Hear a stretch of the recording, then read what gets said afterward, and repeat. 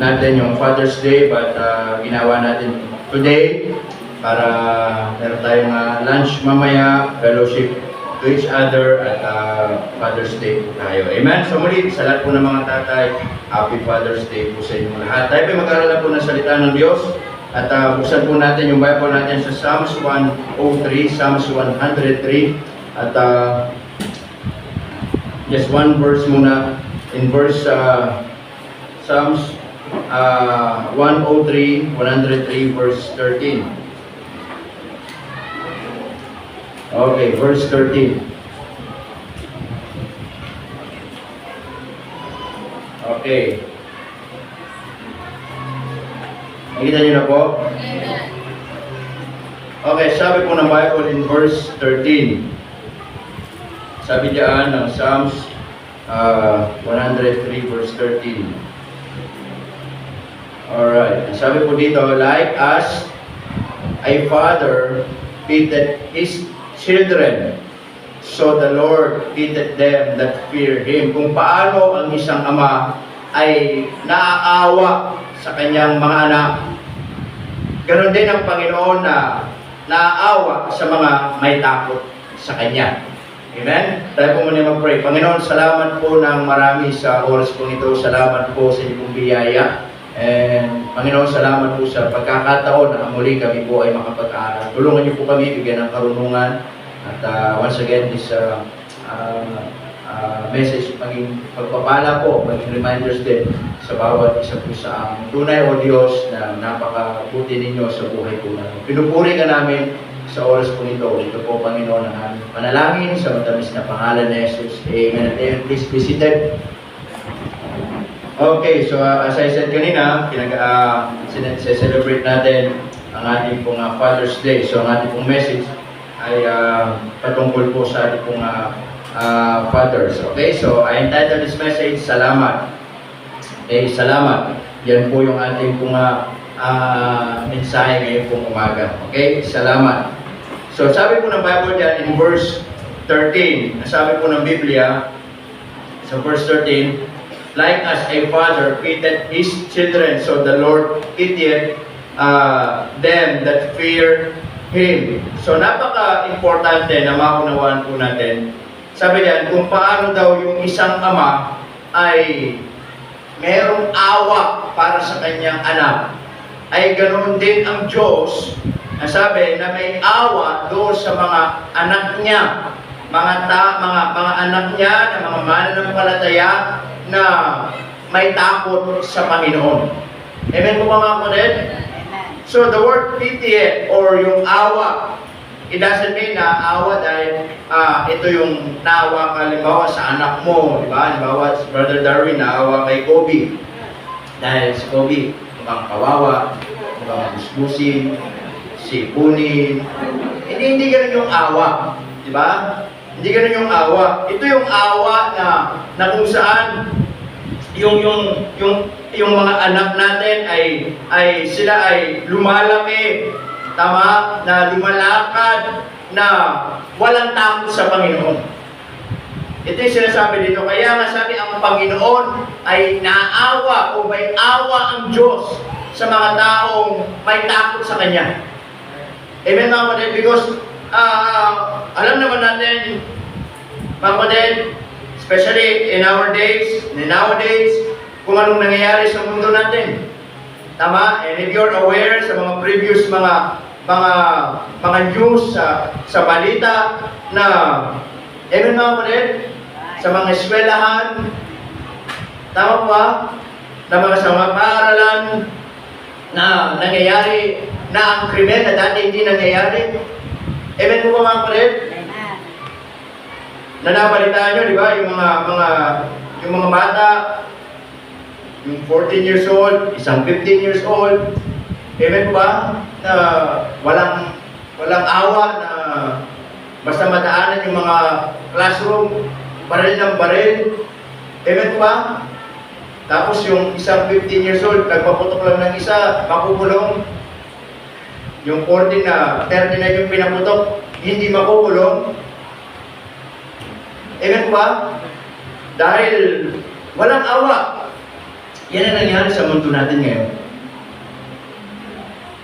Dahil sa isang eskwelahan naman sa Cavite, meron naman isang babae, bigla na lang pumasok, nanaksak ng mga... Tama po ba mga kulit? Nais ko sabihin, yan ang panahon po natin. Amen po ba? Yan ang panahon natin na sana sa mga paaralan, makapasok ang salita ng Diyos. Amen po ba mga kulit? Well, as I said, isa sa mga ganung pangyayari, alam niyo, hindi naman kasagutan yung ipakulong yung bata. Alam niyo po ba yun? Sa akin na, hindi sagot yun. Kahit ipakulong mo yan, kung ganyan talaga yan. Minsan ang sagot, hindi kasagutan yung ipakulong mo, kasagutan ay tignan mo kung saan nagmumula, bakit gano'n yung bata. Yun yung alisin. Amen po ba? Tama po ba? So ito yung naging awareness po sa ating lahat, di ba? According to their testimony, bakit nagawa nila yun? Because yung isa ay masyadong lugmok sa mga online games. Amen? Kaya kayo, mga kapatid, lagi sinasabi, huwag kayo magpalalaro sa mga ganyang laro, yung mga Roblox ba yan, Roblox ba yan, ML na yan, because kinukurap yung utak ninyo. Kapag kayo naglalaro ng ganyan, tuwang-tuwa ang diablo sa inyo. Kapag kayo naglalaro ng ganyan, ini-enjoy ang kaaway, pinaglalaroan niya yung isip ninyo hanggang such time, makurap yung isip ninyo. Amen mga kapatid? Magkaroon ng mga bad spirit sa inyong mga buhay. Mga kapatid, na guguluhin yung utak ninyo, you're trying to, na ilagay ninyo yung sarili ninyo dun sa nilalaro nyo, dun sa totoong buhay. Sa mga larong yun, kailangan pumapatay ka. Kaya itong mga bata ito, ganang pumatay kasi napapanood nila. Amen po mga kapatid?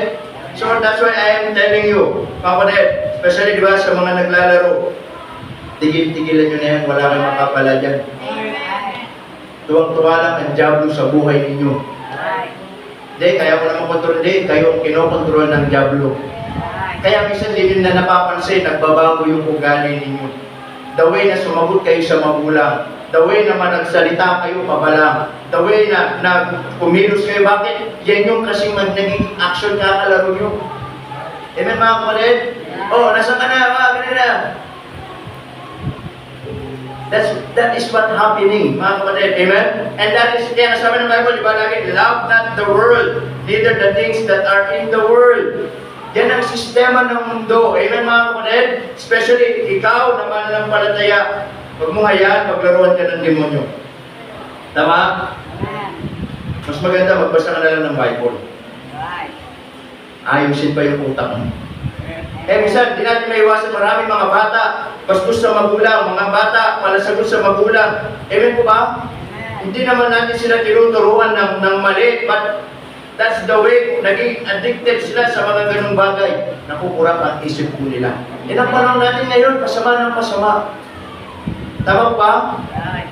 Nagkakaroon ng mga lindol, kakaway mga tao sa Venezuela, di ba?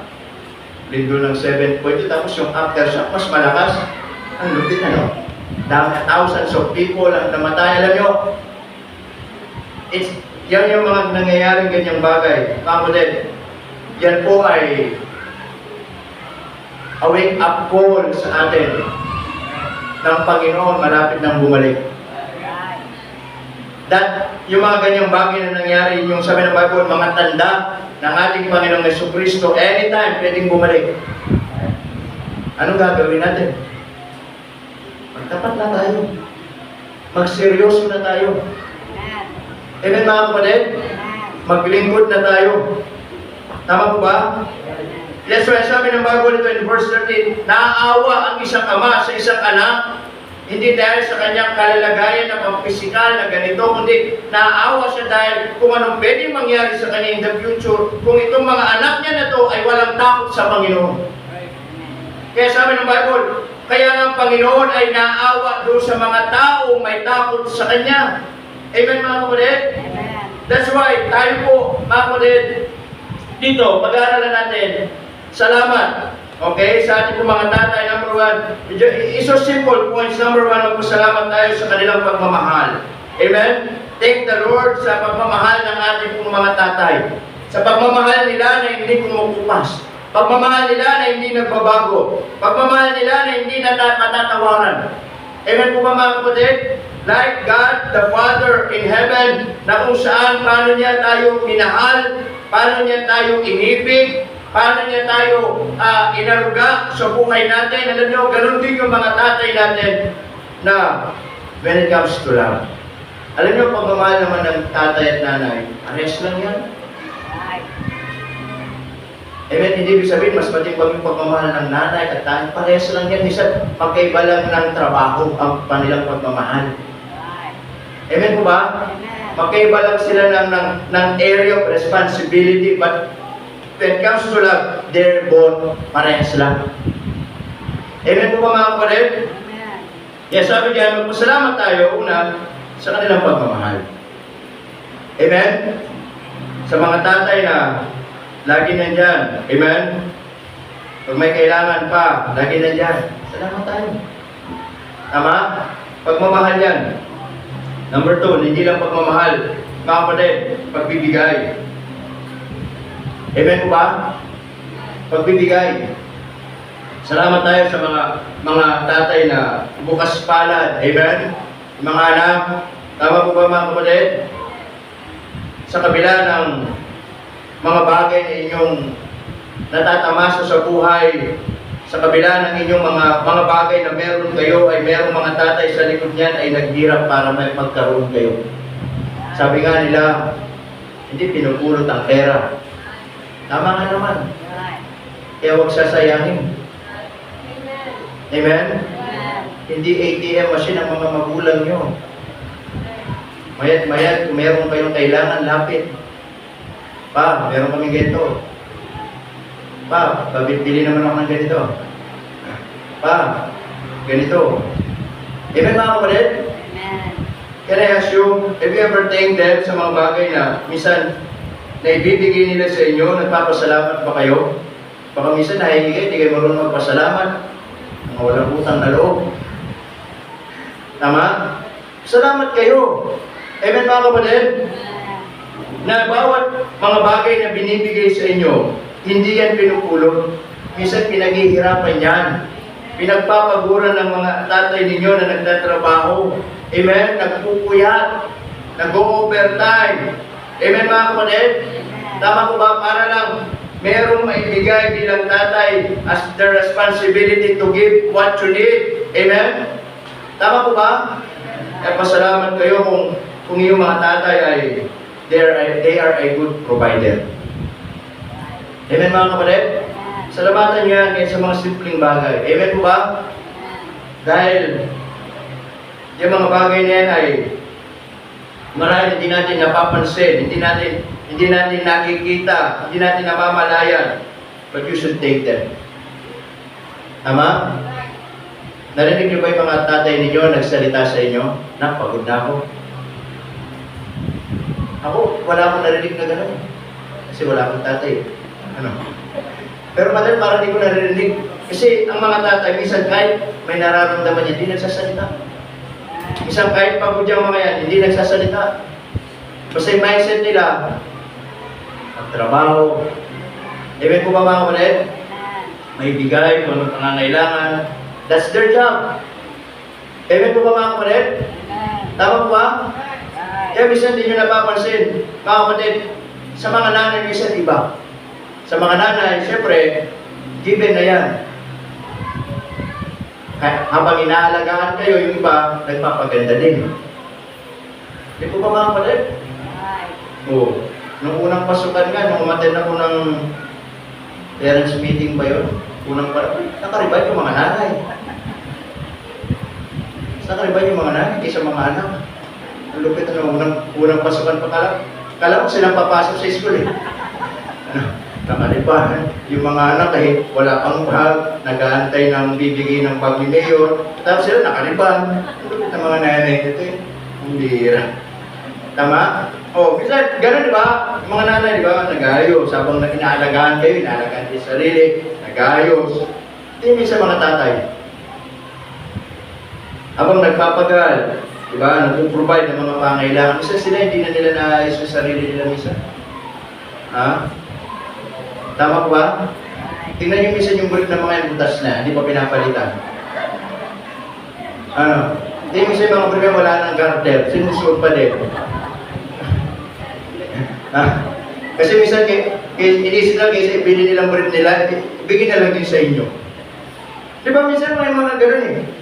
Tama mga kapatid? Because that's what their, mga kapatid, sacrifice. Tama po ba? Amen po ba mga kapatid? Oo. Kaya minsan hindi natin napapansin, di ba? Ganun sila the way na magbigay. At minsan nagbibigay, walang kapalit. Kaya minsan pag narinig yung mga tatay ninyo, minsan dumayo na po, nak, sakit na libig ko, bay, masayin nyo. Diba? Nak, sakit naman ng kamay ko, bay. Hindi pagkakataon makapagpasalamat. Masamasayin mo. Tama po ba mga kapatid? Oo. Ayaw mong masayin, pero pag makahingi ka, wagas. Tama po ba? Oo. Pag may kailangan ang bilis. Ano? Pag inutusan, parang ibon, no? Wait. Oo. Pag may kailangan, giging baka,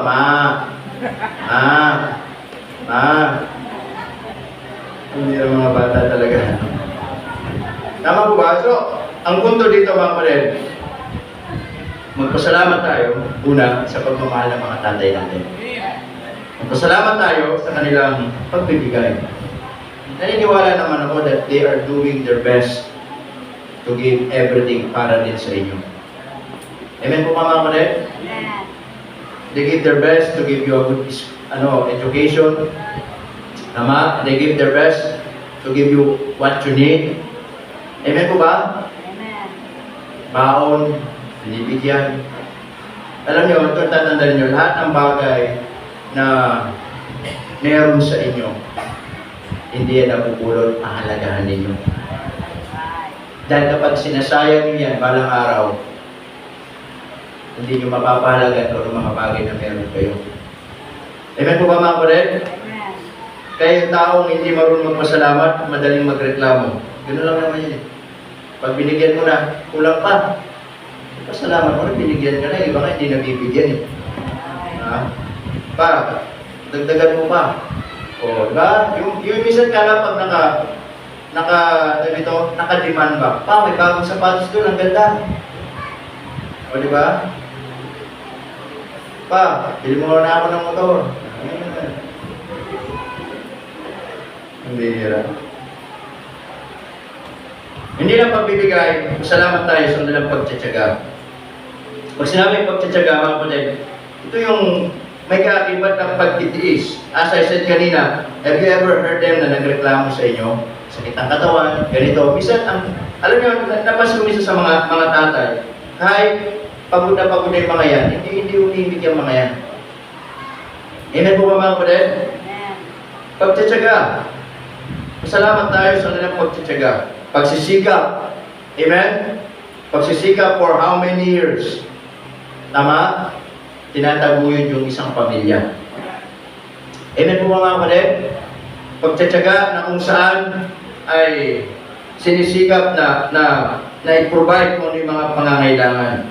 Amen?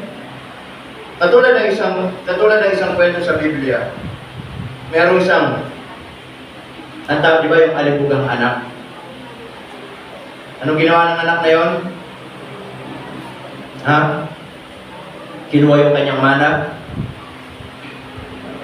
Nag-desisyon mag-isa because tingin niya, kaya ko nang mabuhay.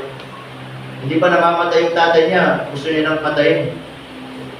Kasi ang pagbibigay ng mana sa Biblia, pag yung tatay malapit na mamatay at alam niya, at siyang magdi-decide kung kailan niya ibibigay.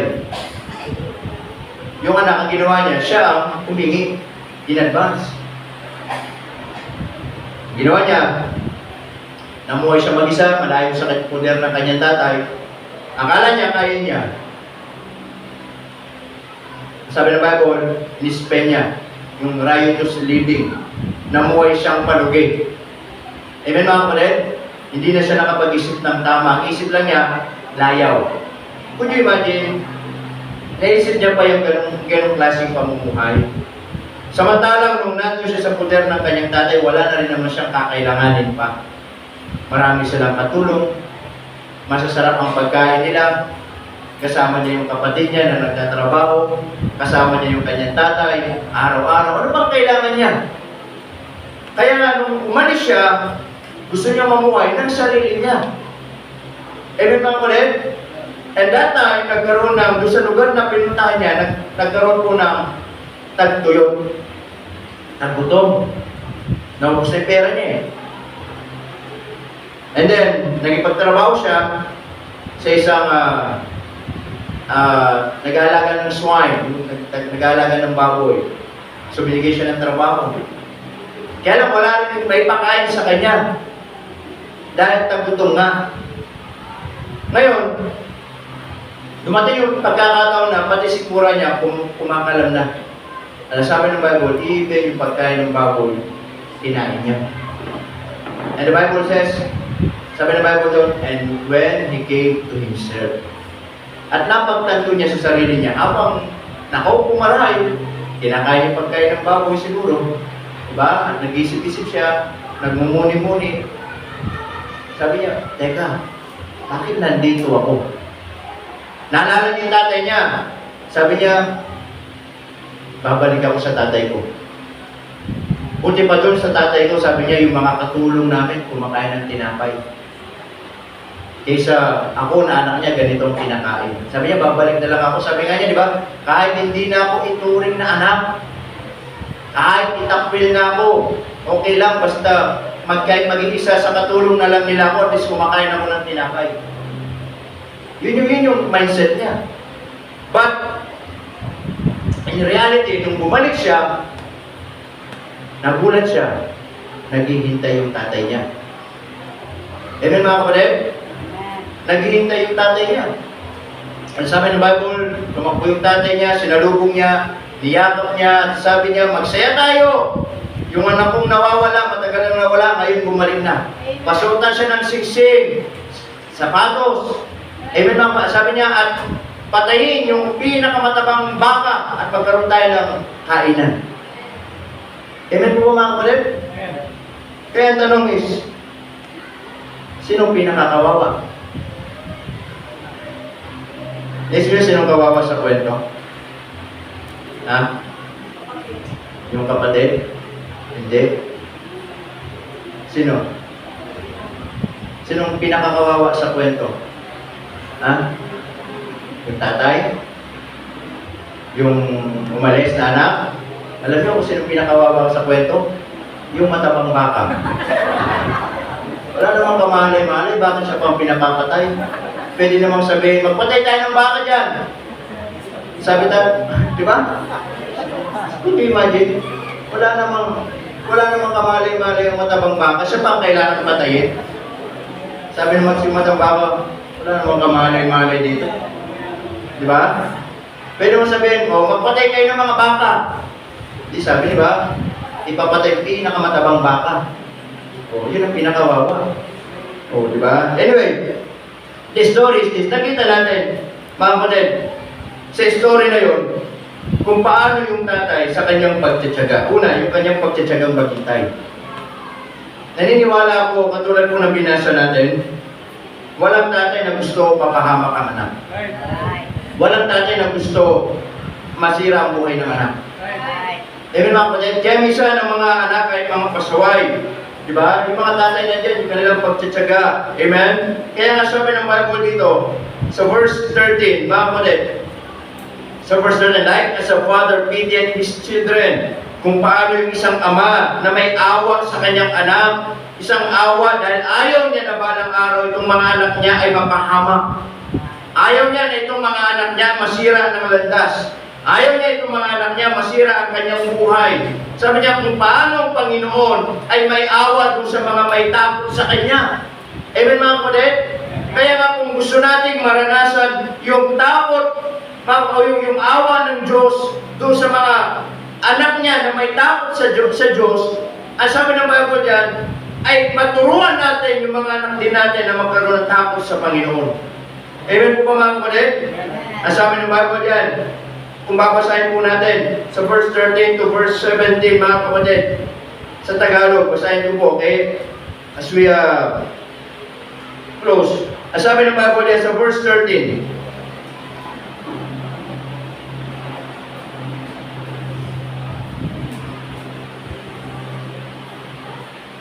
okay, sa verse 13, verse 14 na tayo. Okay, sabi ng Bible dyan, mga kapatid, tungkol, 40 tayo, sapagkat nalalaman niya, ano sabi dyan? Ang ating anyo, ano sabi dyan? Kanyang inaalala, ano sabi dyan? Na tayo'y alabok. Amen po ba mga kapatid? Nasabi dyan, tungkol sa tao, ang kanyang mga kaarawan ay parang damo. Kung paano namumukadkad ang bulaklak sa parang ay gayon, ano sabi doon? Siya. Nasabi dyan, ganun daw ang Diyos bilang Ama, na lagi tayong inaalala. Lagi niyang nalalaman na yung buhay natin, nasabi dyan, ay katulad lamang ng isang alabok, at babalik tayo sa alabok. Amen? Nasabi tungkol sa tao, yung ating mga kaarawan, yung ating mga birthday, edad, ay katulad ng isang damo. Kung paano bumubukadkad, may panahon na namumukadkad. Sabi diyan, ang bulaklak sa parang ay gayon siya. Verse 16, sapagkat dinadaanan ng hangin at napaparang, at ang dako niya ano sabi doon? Ay hindi na malalaman. So what is the point dito mga kapatid? Kaya doon sa binasa doon sa verse 13, nasabi katulad ng isang ama na naaawa sa kanyang mga anak. Because ang buhay dito maiksi lang. Ang buhay natin walang nakakaalam. Amen po ba? Ang buhay natin dito pansamantala lang. Ang mga anak natin, hindi natin alam kailan mawawala. Ang mga anak natin, hindi natin alam kung anong mangyayari. That's why we as a father, that we are picky at them, naawa tayo sa kanila. If they are, lalakad po sila ng malayo sa Diyos. Amen? At sila lalakad na walang direksyon ng buhay. Lalakad na mapapaliwala. Lalakad mga kapatid na may influensya ng mundong ito. That's why our job is to guide them, to lead them, to love them, to pray for them as a father. Bilang ama, yun ang responsibility natin. Well, it is a good thing, mga kapatid, to provide what they need. To provide what they need. To provide, mga kapatid, kung ano mga pangangailangan. To give, kung ano mga kailangan nila sa buhay. But there is more beyond that. Ano po yun? Yung spiritual na buhay. Alam nyo, mga kapatid, salamat sa mga tatay na nagpapagal, nagsisikap, ginagawa ang lahat. Pero meron pa rin pinaka-importante sa lahat bilang ama. Yun po ay magabayan natin lagi ang ating mga anak sa Panginoon. Palagay natin sila na may takot sa Panginoon. Turuan natin sila habang maliliit pa ng salita ng Diyos. Na huwag natin sila ngayon ma-influensya ng sanlibutan. Huwag natin sila ngayon, mga kapatid, matutong magmura. Huwag natin ngayon matutong sumagot sa atin. Huwag natin ngayon, mga kapatid, ay matikman nila yung mga bagay na hindi dapat matikman ng mundo. Amen, mga kapatid? Because tayo po ang may responsibilidad yan. Tayo po ang mga magulang. Tayo po ang mga tatay. Nasabi ng Bible, maawa tayo sa kanila kapag lumaki sila na walang takot sa Panginoon. Amen. Amen po mga kapatid? Kawaan natin kung sila lalakad ng wala sa Panginoon. Amen po ba? There's nonsense to give them 1,000,000 and one day they will going to hell. What is the essence? May bigay natin lahat ng mga karangyaan sa kanilang buhay. Pero hindi natin sila mapalaki ng salita ng Diyos. And most of all, hindi natin may bahagi ang Panginoong Jesucristo sa kanila. Kung meron tayong pwedeng pinakaibigay una sa kanila, yun yung matiyak nila ang kaligtasan. Amen mga kapatid?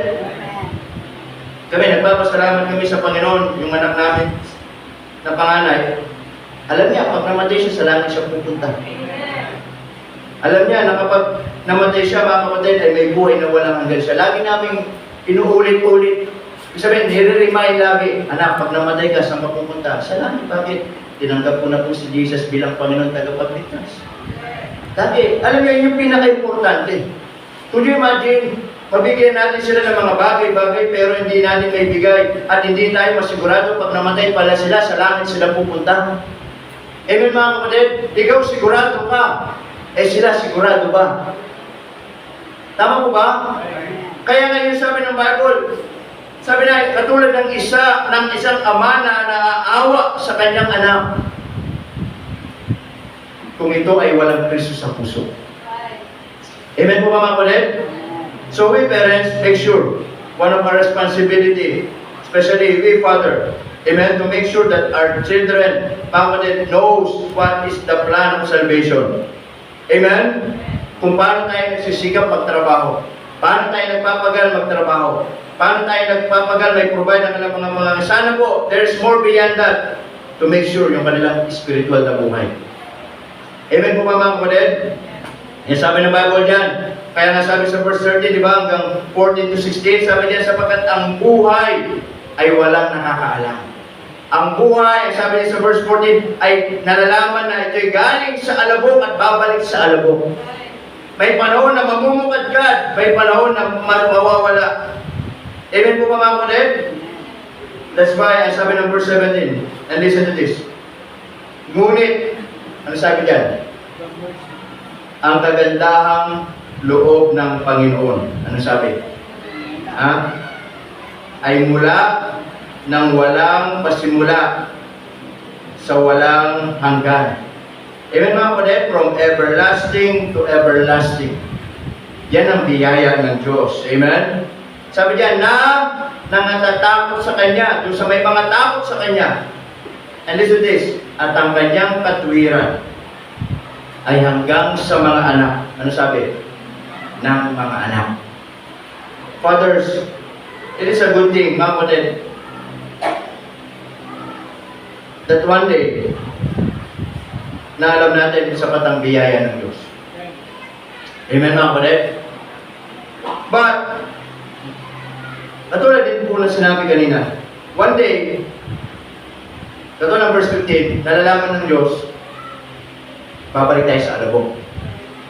Amen po ba mga kapatid? At ayaw ng Panginoon na even tayo babalik sa alabok. Ang sabi ng Bible dyan, yung kanyang katwiran ay hanggang sa mga anak ng mga anak. Amen po ba? Ang tanong is, ano yung may iwan natin sa mga anak natin balang araw? Amen po ba? Anong may iwan natin? Ito po bilang tatay, napaka-importante ng pattern na meron tayo sa mga anak natin. Dahil kung paano tayo mamumuhay dito, yun yung tutularan nila. At kung ano yung natularan nila, sabi doon ng mga anak, yun yung ilalakad nila maging sa mga apo. Tama? Kaya kapag yung salita ng Diyos na yun ay naputol sa atin, at hanggang sa atin lang, at hindi na ipasa sa mga anak natin, do not expect na itong mga susunod na mga anak natin, na mga apo, ay lalaki na may takot sa Panginoon. Minsan lang ang buhay natin. Amen po ba mga kapatid? Na tayong mga magulang, minsan lang din ang buhay natin. Huwag natin hayaan mawala ang buhay natin na hindi tayo nakapagbigay ng foundation, ng aral, ng salita ng Diyos sa mga anak natin. Dahil hindi lang yan kinukonsider yan sa mga anak natin, maging sa mga apo natin balang araw. Kailangan yung salita ng Diyos silang maabutan. Amen mga kapatid? Kaya kayo mga anak na mga walang utang na loob, na pinagpapala kayo, nakakatanggap ng mga bagay na meron kayo, na kahit hindi kayo matapat. Tingin nyo ba dahil ito sa inyo? Hindi. Because meron pa rin mga magulang ninyo na nagtatapat at pinagpapala ng Diyos. Amen mga kapatid? Kaya sila habang nabubuhay at pinagpapala ng Diyos, kahit matigas ang ulo nyo, pagpapalain din kayo ng Diyos. Pero pag sila nawala na at matigas pa rin ang ulo nyo, titigil ang biyaya ng Diyos sa buhay nyo. Naunawa nyo mga kapatid? Ganun talaga yung blessing ng Diyos. Umaapaw. Amen. Hindi ka pinagpapala dahil sa'yo. Tigas ng ulo, pinagpapala ka. Kaya ka pinagpapala kasi naambunan ka ng pagpapala ng Diyos sa mga magulang mo. Right. Kaya tuloy-tuloy yung blessing kasi under ka nila eh. Pero pag sila namatay na, hinuha ng Panginoon, at kayo matigas pa rin ng ulo, hindi na kayo pagpapalay ng Diyos. Right. Amen po ba mga kapatid? Kaya kung gusto natin tuloy-tuloy pagpapala ng Diyos, nandun yung mga magulang natin na matapat, may basa yung pagpapala ng Diyos yung mga anak, magtapat kayo, pagpalain pa rin kayo ng Diyos. Amen? Para yung mga magulang natin kukuhanin ng Panginoon, hindi mapuputol yung blessing ng Diyos sa inyo. Aako pa rin yun sa magiging anak ninyo. Naunawa niyo mga kapatid? Yung sinabi ng anak ng mga anak, pero kanino ito magsisimula? Sa atin po mga magulang. Lalo na sa ating mga tatay. Sabi ni Joshua, bahala sila sa buhay nila. Gusto na sumamba sa Diyos-Diyosan. Sumamba kay Baal, but as for me and my house, whether ayaw ng asawa ko, kahit ayaw ng mga anak ko, I will decide as a father, as for me and my house, we will serve the Lord. Amen. Amen mga kapatid? We are the one to stand. Amen? We are the one na magkaroon ng conviction na dalhin natin ang pamilya natin sa gawain ng Diyos. Amen? Yung mga anak natin, huwag natin ngayon na sila hindi makarating sa church. Mga kapatid, tayo magdi-decide. Amen po ba mga kapatid? Yung sinasabi ng Bible po dito, nasabi ng Bible diyan, naawa bilang ang isang ama sa kanyang anak kung makita niya yung kanyang anak na lumalaki na walang takot sa Panginoon. Amen po ba? That's why we as a father, malaki ang responsibilidad natin. Amen? Not just, kapatid, to carry our family, not just to work for our family. Amen? But we, kapatid, we become the foundation of our house, of our home. Amen po ba? Tayong manalangin. Tayong matutong magtiwala sa Diyos. Amen? Amen mga kapatid? Naturuan natin ang mga anak natin na sila'y lumaki at may takot sa Panginoon. Amen? Kaya tayo namang mga anak, ang sabi ng Bible diyan, pasalamat kayo.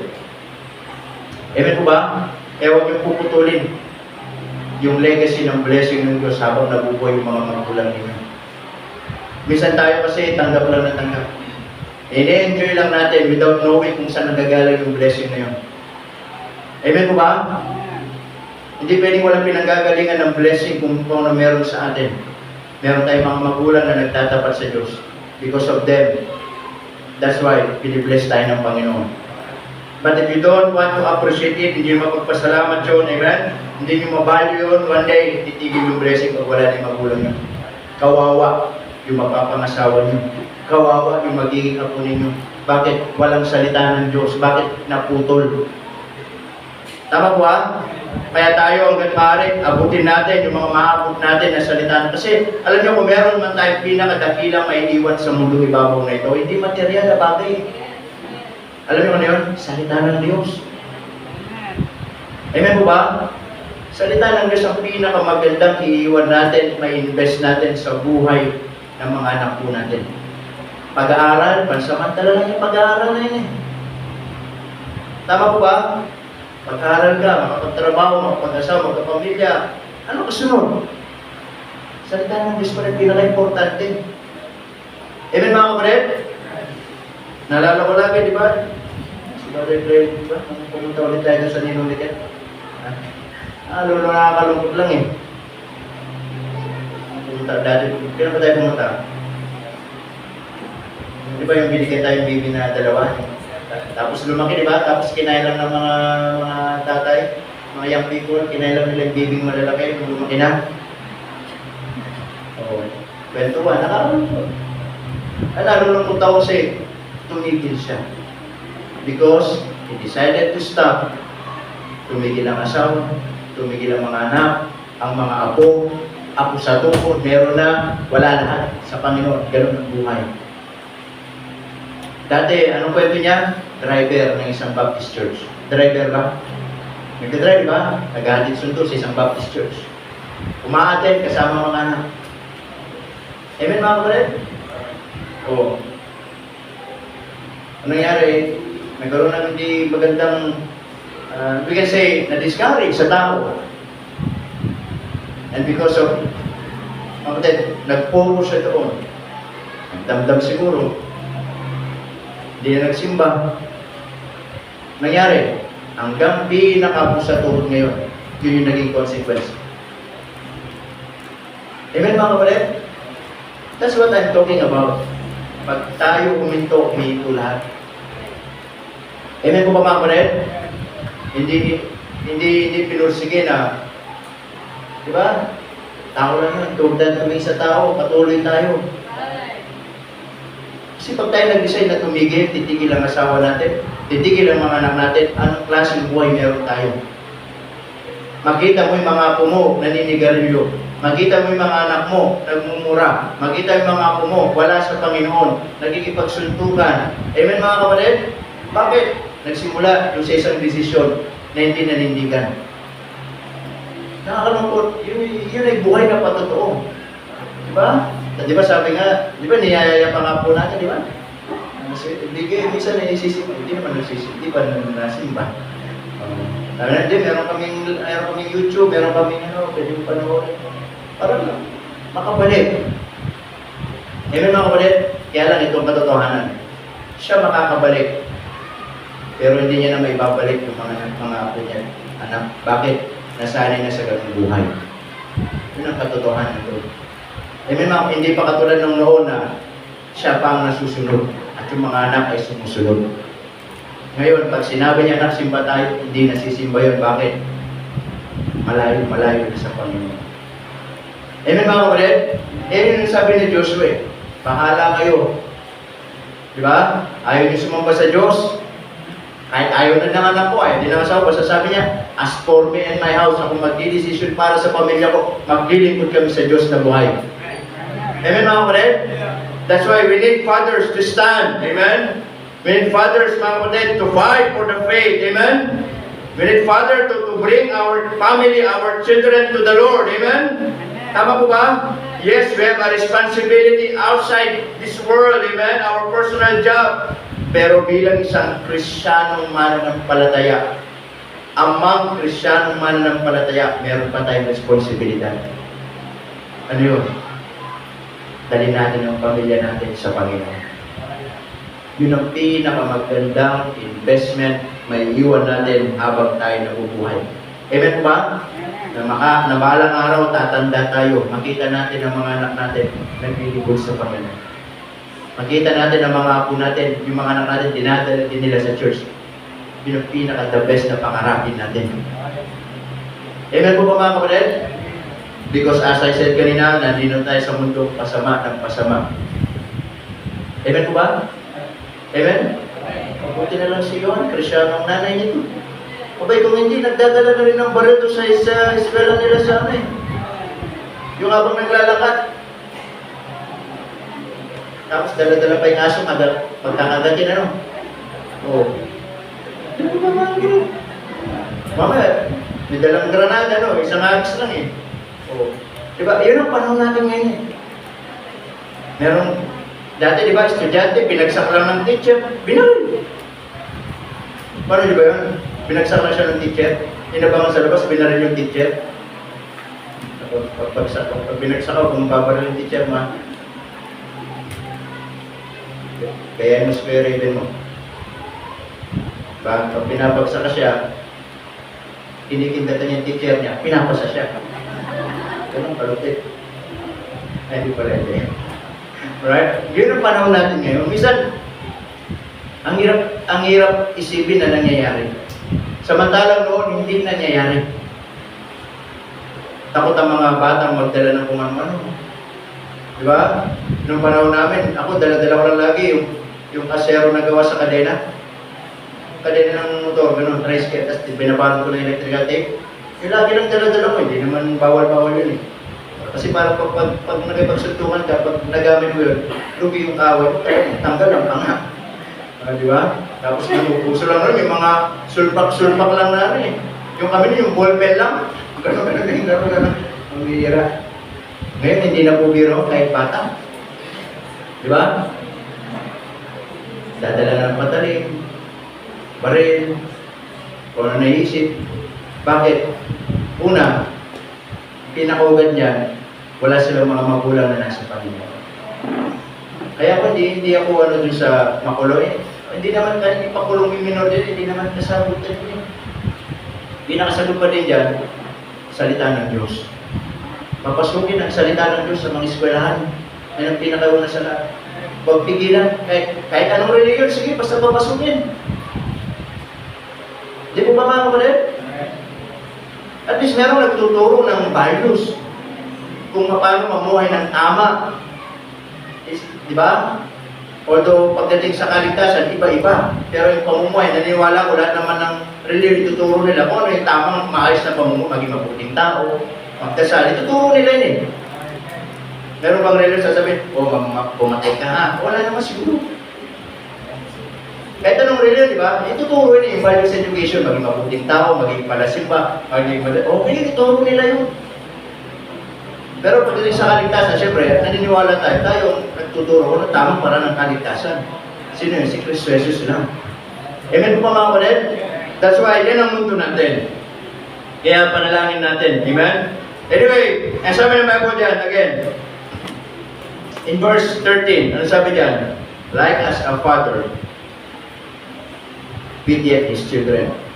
Amen? Again, mga tatay, mas kaawaan natin ang mga anak natin kung sila'y makita natin na lumalaki, lumalakad ng malayo sa Panginoon. Amen po ba? Katulad ng Diyos na kinakaawaan tayo o meron siyang awa o naawa siya doon sa mga taong may takot sa Kanya. Higit sa lahat, maturuan natin sila na may takot sa Panginoon. Amen mga kapatid?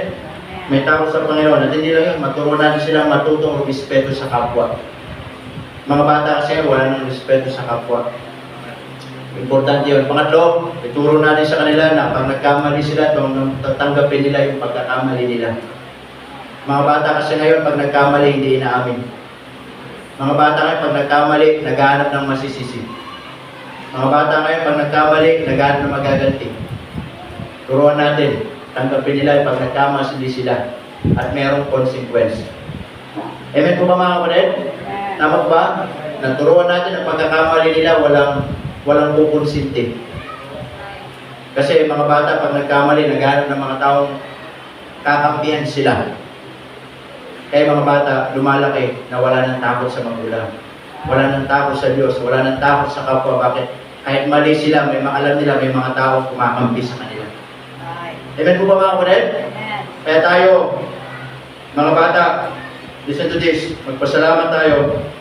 Una, na meron tayong Diyos na sapat ang biyaya niya. Na binigyan tayo, binigyan kayo ng mga tatay na nagmamahal. Amen mga kapatid? Yung pag-ibig nila hindi matatawaran.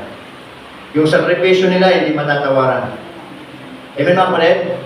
Andyan lagi mga tatay natin pag kailangan natin. Tama po ba? Kaya salamat tayo sa kanilang pagmamahal. Salamat tayo sa kanilang pagbibigay. Hindi dahil may kailangan ka, binibigay. No. Tignan mo kung paano pinagpaguran yung binibigay sa'yo. At kailangan mo kung sasayangin, pahalagahan mo. Ipagpasalamat mo. Kung ito yung nakayanan, ibigay ng tatay mo, huwag ka nang magreklamo, ipagpasalamat mo. Amen mga kapatid? Amen. Then, pasalamat tayo sa kanilang pagtitiyaga na minsan kahit pagod, mahirap, minsan tinitiis, para lamang ibigay para sa pamilya. Amen po ba mga kapatid? Salamat tayo sa lahat na sila binigay ng Panginoon sa atin. Well, ang mga tatay hindi perfecto. Mga anak, hindi perfecto yung mga tatay ninyo. May pagkukulang yan, nagkakamali, papagalitan kayo, but normal lang yun bilang tatay. Tama? Pasalamat kayo na sa kabila ng mga bagay na yun, nandyan pa din sila para sa inyo. Amen po ba? Kaya ngayong umaga, ito lang ating pinag-aralan. Wala tayong ibang sasabihin, kundi salamat. Amen? Salamat. sa mga tatay na binigay ng Panginoon po sa atin. Tayo po lahat ay tumayo, tayo po manalangin. Let's go to the Lord in prayer. Tayo manalangin po sa Panginoon. Let's pray. Dakilan naming Diyos na makapangyarihan po sa lahat. Panginoon, marami pong salamat sa oras po ito. Salamat po sa inyong biyaya. Salamat po sa sandaling ito na kami, Panginoon, ay makapag-aral ng iyong salita. Salamat po sa mga tatay na nandito. In spite of their kakulangan, pagkakamali, minsan, they're not perfect. Pero, Panginoon, salamat sa kanila pong buhay. Panginoon, panalangin ko po na turuan niyo po kami na magpahalaga sa kanila. Pagpasalamat, ipagdasal sila araw-araw sa kanilang ginagawa, mga trabaho, ano man. Salamat sa kanila pong buhay na binigay po niyo. Kaya ngayong umaga, habang ating mga ulo ay nakatungo, ating mga mata ay nakapikit, marahil ang Panginoon ay nangusap po sa atin para magpasalamat lang sa mga tatay natin na nandito ngayong umaga. Why don't you come? Pagpasalamat sila dito sa altar that the Lord gave them. Na nakita nyo naman paano sila magsakripisyo. Nakita nyo paano nila gawin yung bigay yung best nila para sa inyo. Bigyan kayo ng maayos na pag-aaral. Bigyan kayo ng maayos na kinabukasan. Iniisip lagi ang kapakanan ninyo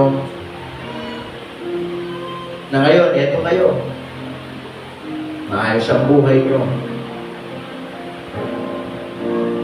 Salamat sa mga tatay na una, may Panginoon sa kanilang buhay. Salamat sa mga tatay na alam nila kung anong responsibilidad nila. Salamat sa mga tatay na nagtatapat, naglilikod, nagpapagamit. Hindi po madali na tayo mga tatay,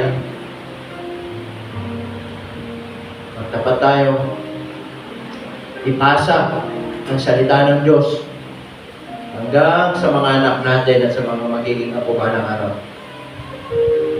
Kung meron man tayo pwedeng maiwan na pinakamahalaga sa mundong ibabaw, yun yung ating mga anak na alam natin ay nasa tamang landas, nasa kalooban ng Panginoon. Sabi ng Bible, at tulad ng isang ama na naaawa sa kanyang mga anak, naaawa sapagkat kung itong anak na ito ay malayo sa Panginoon, kung itong anak na ito hindi naglilingkod sa Panginoon, naaawa hindi sa mga pang-pisikal na bagay, kundi sa pang-spiritual na buhay. At tulad daw ng Diyos na naaawa sa mga nangatatakot sa Kanya. Salamat po sa mga tatay na may takot sa Panginoon. Na nanindigan lagi na dalhin ang buong pamilya, ang asawa, ang mga anak sa Panginoon. So, wala tayo pwedeng gawin kundi magpasalamat sa kanila. Ipagdasal nyo sila, mga anak, ipagdasal nyo lagi ang mga tatay nyo. Ipagdasal nyo mga magulang nyo. Iba marahil, malayo man sila sa piling ninyo, ipagdasal nyo sila. Paramdam nyo lagi na nandyan kayo at i-appreciate nyo sila sa buhay ninyo. Salamat po sa mga tatay. Panginoong Diyos, marami pong salamat sa umaga. Salamat, Panginoon, sa mga paalala po ninyo sa akin. Salamat po sa mga tatay namin dito sa church. Yung iba, wala. Panginoon, pagpalain po sila. Pagpalain po kami. At lagi, sama-sama kami maglingkod. Katulad ni Joshua. As for me and my house, we will serve the Lord. Salamat po, Panginoon. Pinupuri ka namin sa pangalan ni Jesus. Amen at amen. Alright, Mr. President.